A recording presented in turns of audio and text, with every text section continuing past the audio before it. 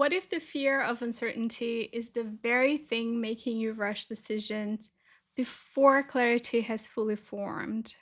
Stay tuned for a compassionate conversation about slowing down, tolerating the unknown, and allowing truth to unfold gently.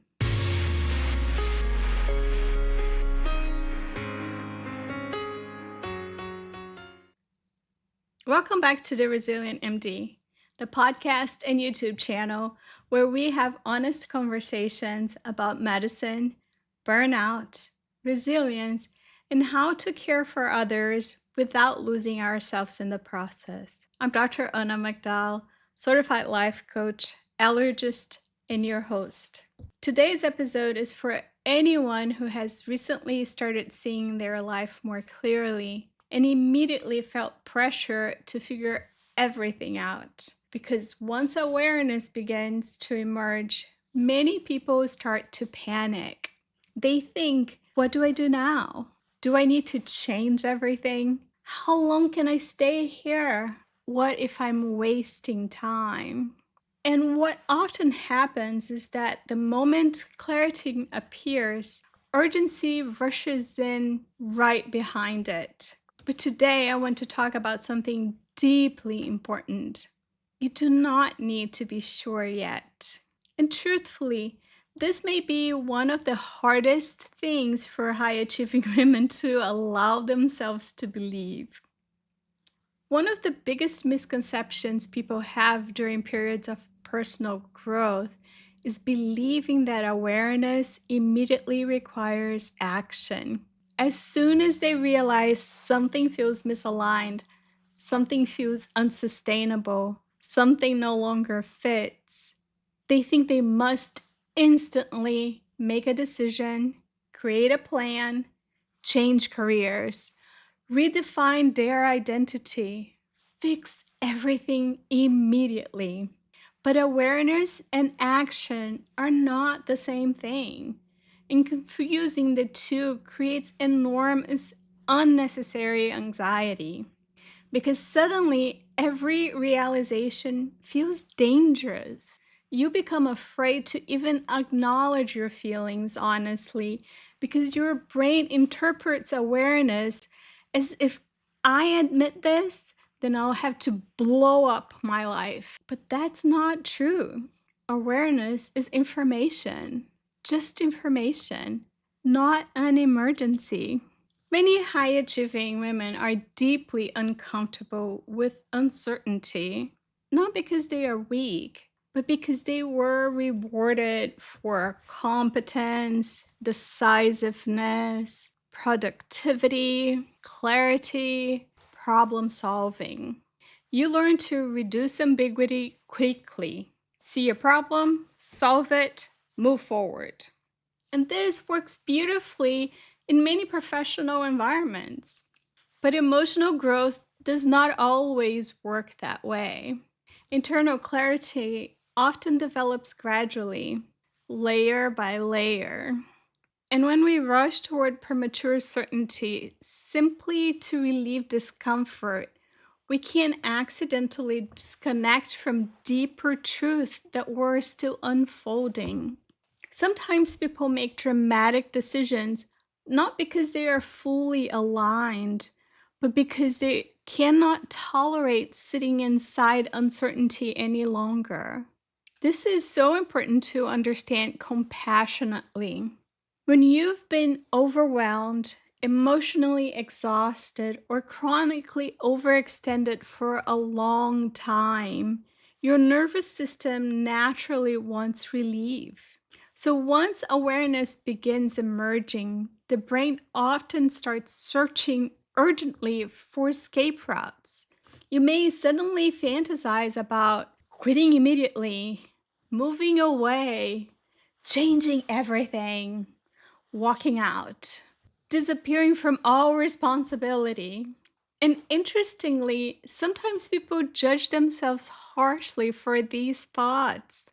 But often, those fantasies are less about recklessness and more about the nervous system craving spaciousness, craving relief, craving a breathing room. That does not automatically mean every impulse should become a life decision. And this distinction matters deeply because clarity tends to emerge much more reliably from regulated reflection than from emotional urgency. One of the healthiest things we can normalize is this: you are allowed to know something without immediately acting on it. You're allowed to recognize this place is hurting me. Something feels misaligned. I want a different relationship with work. I cannot continue abandoning myself indefinitely without immediately needing a 5-year plan, a resignation letter, a perfectly articulated next chapter. Amazingly, this is where many women become trapped because they think if they cannot fully solve the situation immediately, then they shouldn't acknowledge it at all. So they return to denial because denial feels safer than uncertainty. But truth does not become less true simply because you are not ready to act on it yet. Another reason people rush towards certainty is because uncertainty makes other people uncomfortable too. The moment you begin changing internally, people start asking questions. What are you going to do? What's the plan? Are you leaving medicine? So, what happens next? And because many women are deeply conditioned to provide reassurance and clarity to others, they begin feeling pressure to package their evolving experience into neat explanations before they are emotionally ready. But transformation rarely unfolds in neat timelines. Real internal changes often includes periods where things feel unclear, identities feel fluid, answers are incomplete. And that does not mean you are failing. It means you are in process. Sometimes the most aligned thing is to pause. We often glorify decisive action, but we rarely honor a thoughtful pause. And yet, pause can be incredibly wise. Pause allows nervous system stabilization, emotional processing, identity integration, deeper self trust to emerge. Without pause, many people simply recreate old patterns in new forms. They change jobs, but not their relationship to themselves. They change environments, but not their internal pace. They seek external solutions for internal disconnection. Sometimes slowing down enough to truly listen is the most transformative step of all. Before we move on, I want to pause for a moment. I'm curious, have you been feeling exhausted, discouraged, or frustrated and not quite sure why? Are you quietly wondering if this is just how life in medicine has to be? Well, I see you. You don't have to give up on yourself or your dreams. And the good news is that you don't have to figure it all out alone. I built a 6-week one-on-one coaching program designed to help women physicians gently remove the barriers keeping them stuck and rediscover clarity, balance, and purpose. It is called the Resilient MD, just like the podcast and YouTube channel. If you are ready, you can begin today. Schedule your free clarity call. The link is in the show's notes. In my experience, many people imagine clarity as a dramatic moment, like a lightning bolt, a certainty, perfectly articulated vision. But in reality, clarity often arrives much more quietly than that. It may sound like, I don't want to live like this anymore. I need more space in my life. This version of success no longer feels sustainable. I want my life to feel more human. Not full answers, just honest truths. And often those truths are enough for now. because clarity tends to deepen over time when we stop forcing ourselves to arrive prematurely at conclusions. This month, we've been talking a lot about truth telling, but compassionate truth telling also includes patience. Patience with uncertainty, incompleteness, evolving identity, emotional processing.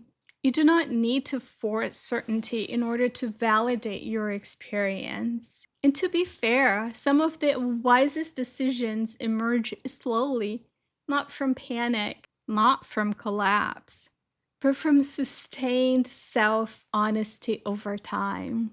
I notice many women secretly fear if I don't decide quickly, I'm falling behind. But growth is not linear, and life is not a race toward the fastest possible reinvention. You are allowed to pause, reflect, reassess, listen carefully, change gradually. You are allowed to become slowly. And there is profound wisdom in not forcing yourself to know before you truly know. If you've recently started recognizing truths about your life that feel uncomfortable, I want you to know this. You do not need to rush.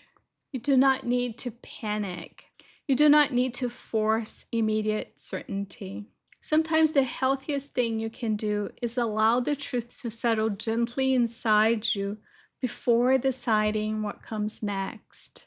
Because awareness is not the same as action, and clarity grows best when it is given space. Remember, my wings grow when I listen. If this message stayed with you after this episode ended, consider sharing it with someone in medicine or not who could use a little encouragement right now. Next week, we will talk about the healing power of naming your experience. Make sure to subscribe so you don't miss a future episode. Don't forget to grab the free People Pleasing in Medicine Reflection Guide. It is not about becoming less compassionate. It's about learning how to include yourself in your own life again. You can find it in the description below. If this episode gave you something valuable, would you share the love? A quick 5-star review on Apple Podcast or your favorite platform, and a like on YouTube helps spread the word and keeps this content coming your way. Thank you for being here. Thank you for your honesty. And thank you for allowing yourself to remain open to truth without forcing yourself into immediate answers. I'm Dr. Anna McDowell, a resilient MD just like you. I'll see you next week. I'm sorry if you heard some barking dogs during this episode. I tried my best to stop them from doing that. I did everything, but they sound crazy today. I don't know what's going on. I'll try to edit as much as possible, but you may still hear some, and I hope it doesn't bother you too much. Thank you for your understanding. I'll see you next week.